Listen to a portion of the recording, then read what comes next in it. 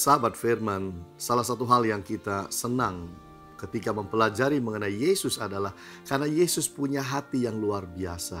Yesus punya yang namanya kepedulian, the caring heart.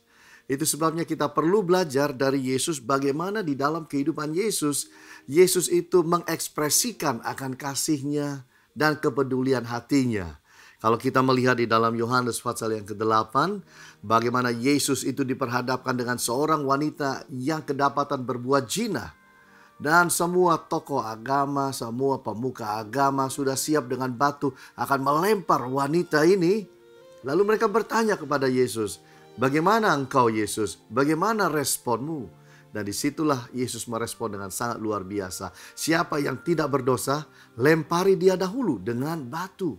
Dan semua orang itu pergi. Itu sebabnya Yesus berkata kepada wanita itu, "Hai perempuan, di manakah mereka? Tidak adakah seorang yang menghukum engkau?" Jawabnya, "Tidak ada Tuhan." Lalu kata Yesus, "Aku pun tidak menghukum engkau. Pergilah dan jangan berbuat dosa lagi mulai dari sekarang."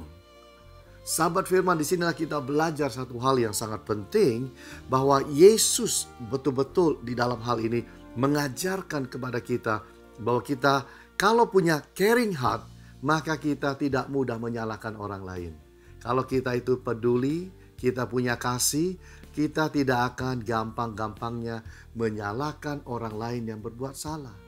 Kita juga tidak akan mudahnya mengkritik orang. Orang yang suka mengkritik orang, biasanya hatinya itu krisis kasih.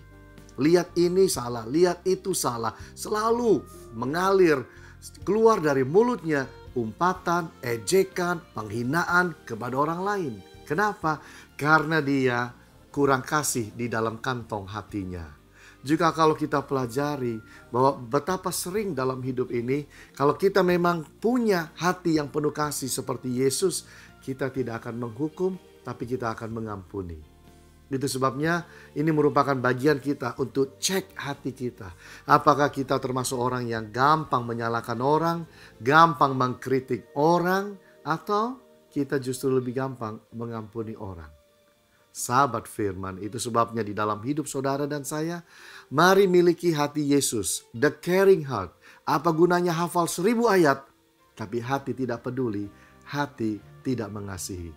Mari hidup dalam kasih-Nya. Tuhan Yesus menyertai, memberkati kita semua. Amin.